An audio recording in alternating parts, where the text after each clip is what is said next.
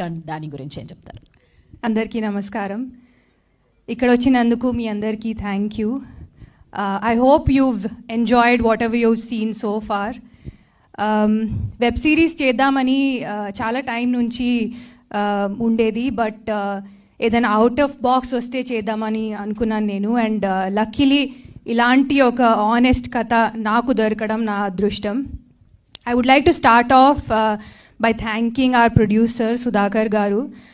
Firstly, ilanti oka kathani produce chesinanduku.